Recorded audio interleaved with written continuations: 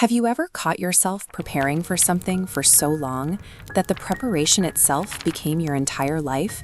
You read, you study, you gather knowledge, but somehow you never feel ready. And the more you learn, the stronger the feeling grows that it is not enough, that you need one more book, one more course, one more piece of advice, and then, finally, you will be able to start. We tell ourselves that preparation is responsibility. We think caution is wisdom.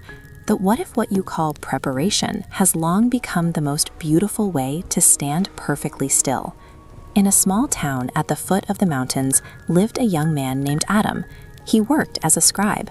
Carefully, letter by letter, he copied the thoughts of others onto clean pages. Hundreds of texts passed through his hands. Books about courage, about faith, about how to start something new and not be afraid of mistakes.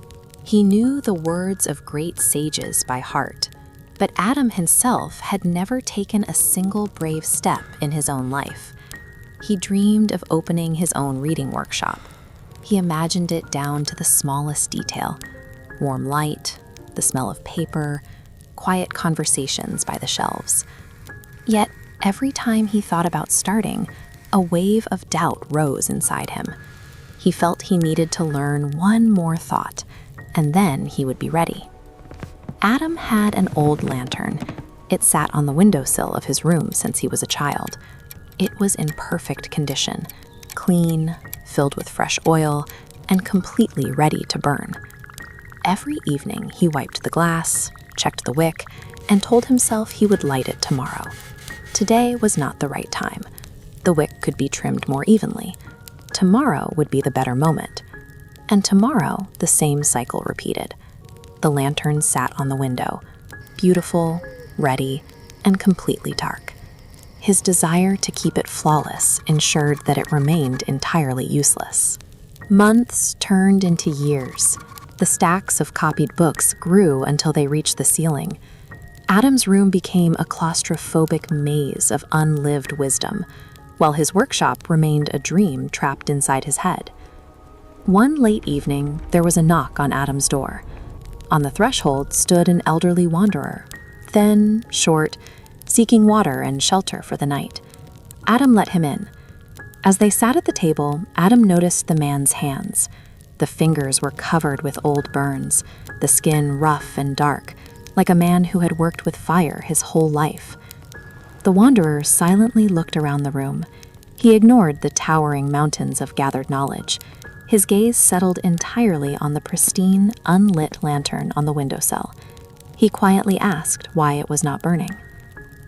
The silence stretched out, caught between Adam's perfectly preserved theories and the wanderer's undeniable, messy, lived reality. Adam gave his well-rehearsed answer. He smiled and said he was saving it. He wanted to light it at the perfect moment, when he was completely ready. The wanderer nodded slowly. He reached out, took the perfect lantern from the windowsill, and placed it directly in the center of the dark table. Then he took a small candle stub from his pocket. Melted, crooked, almost completely burned down. He set it next to the lantern. "Look," the wanderer said softly. "This stub is all I have.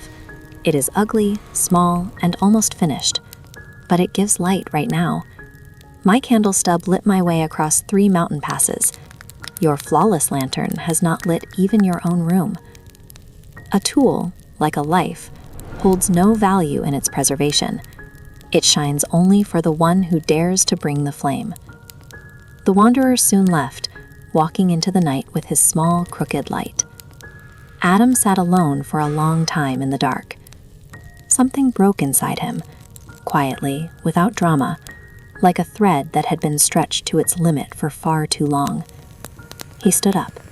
He took a match, and for the first time in all those years, he brought fire to the wick.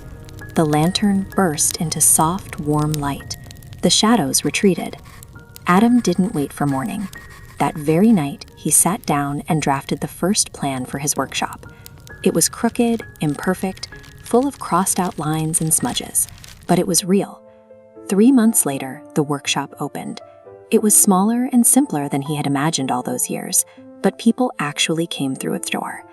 Because an imperfect action creates tangible results, while perfect theory creates nothing at all. My friend, how many lanterns are sitting on your windowsill right now? How many plans and ideas are you saving for a right moment that somehow never comes?